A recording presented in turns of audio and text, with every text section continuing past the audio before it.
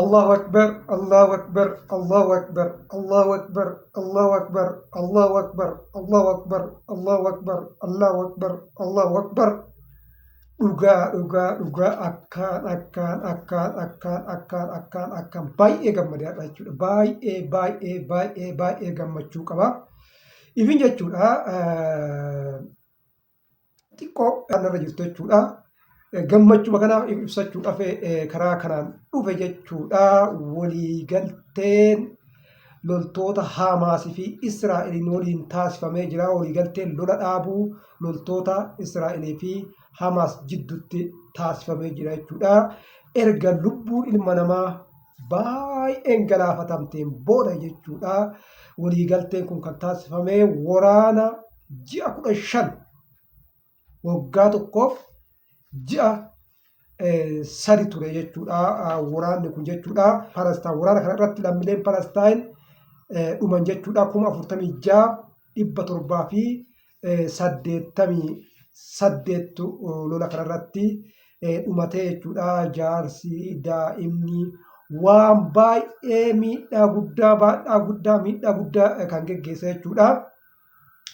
Erguma lolli kun onkololeessa 2023 baname as jechuudha. Bakkee niwutiraal jedhame bakkee lolarraa bilisa jette irratti Israa'el yoo xiqqaate gara yeroo 100 rukuttaa taasifte jechuudha. Gara yeroo 100tti rukuttaa taasifte lammiilee Palestaan akka malee lafarraa kan fixxee nama 46,788 jechuun nama xiqqaa miti, nama baay'ee guddaadha. Garuu immoo kanumatti illee dhaabbachuun isaa waa tokko ilaaluu dandeenya jechuudha. Lola kanarratti Hamaas loltoota gurguddoo hooggantoota jajjabdu akkaan beekamtuu taate hedduu dhabee jira. Dhabullee immoo Hamaas illee kaayyoo isaa hin dhiifne, kaayyoo isaatirraa hin deebine. Waan kana yoo laallamu harka caalaa mo'ataa kan ta'e Hamaasin fakkaata jechuudha. Maal jette Israa'el gaafa kaatu tokkoffaa Hamaas waan jedhamu kana balleessuuf kaate. Hamaasin balleessuu hin dandeenye, dadhabsiisuuf kaate. Hamaasin dadhabsiisuu hin dandeenye.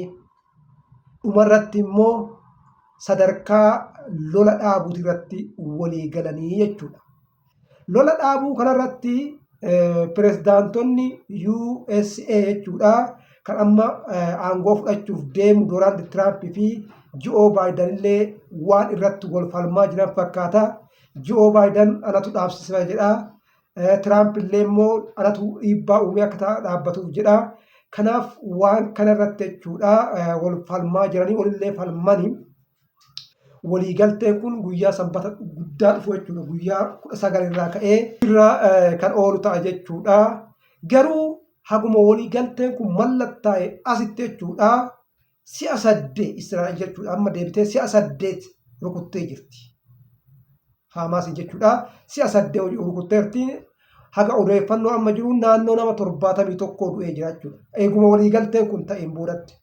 Kanaaf maal jedhanii jetti Israa'el akka waan Hamaas ishee tuttuqee waliigaltee kana duuguuf yaalii godheetitti kan jettu yoo taate, Hamaas immoo lakki ani waliigaltee kaawwame kanarratti ijjennoon qabaa, kutannoo ittiin deemaan jira kan jedhu dubbattee jirti. Kun maraafuu lammiilee Palestaayinii fi haara galfii guddaa ta'ama jedhameetiin kan eeggamudha jechuudha.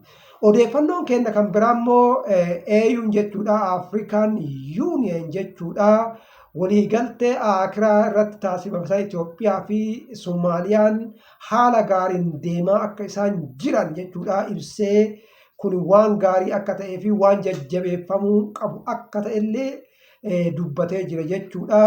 Har'aa oduu fi odeeffannoo qabadhee dhufe kana fakkaatti. Isin immoo sabiskaayibii, sheer, laayik, koomentii gochuun dagatinaa isiniin jedha. Nagataa.